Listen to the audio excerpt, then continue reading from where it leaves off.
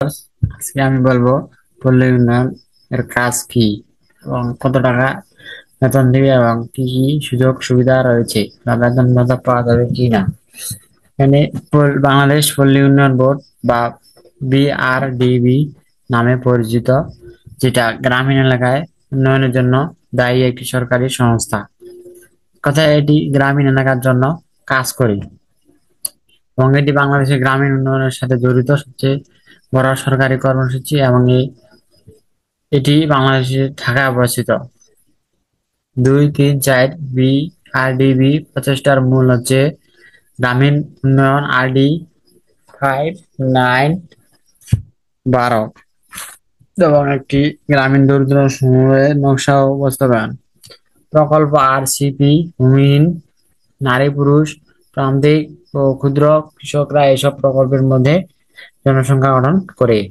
কৃষি সমবায় কর্মসূচি সহজতর করার পাশাপাশি BRDB গ্রামীণ দরিদ্র, প্রান্তিক কৃষক এবং মহিলাদের সমবায় এবং আনুষ্ঠানিক গোষ্ঠীতে সংগঠিত করে, যা তাদের আয় বৃদ্ধিমূলক কর্মকাণ্ডে জড়িত হতে এবং জীবনযাত্রার মান উন্নয়ন করতে দেয়। ইতিহাস সাক্ষ্য যেটা দেয় বা ইতিহাস যেটা বলে, স্বাধীনতার পর থেকে বাংলাদেশ গ্রামীণ উন্নয়ন পদ্ধতি নিয়ে বিভিন্ন পরীক্ষা নিরীক্ষা প্রত্যক্ষ করেছে। প্রাথমিক বছরগুলোতে বেশ কিছু স্বেচ্ছাসেবী ও সরকারি সংস্থা ত্রাণ ও পুনর্বাসন কাজের আকারে কাজ করছিল। 1972 সালে সরকার দেশের অন্যান্য অংশে কুমিল্লা মডেলের প্রতিলিপি এবং সম্প্রসারণের জন্য সমৃদ্ধ গ্রামীণ উন্নয়ন কর্মসূচি IRDB সক্রিয় করে। পরবর্তীতে 1982 সালে প্রোগ্রামটি বাংলাদেশ পল্লী উন্নয়ন বোর্ড BRDB নামে একটি প্রতিষ্ঠান রূপান্তরিত করে।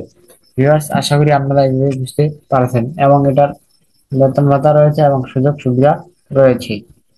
অফিস সহায়ক পদের জন্য 8,250 টাকা থেকে 20,220 টাকা পর্যন্ত রয়েছে এবং যারা এখানে অফিস সহায়ক চাকরি করবে তাদের জন্য প্রথম অবস্থায় 15,000 টাকা করে দেওয়া হবে। আর বাকি বড় পদগুলোর জন্য 35 আহ 35,000 টাকা করে, 35,500 টাকা। যাই হোক, ভিডিওটি ভালো লাগলে সাবস্ক্রাইব করবেন। ধন্যবাদ।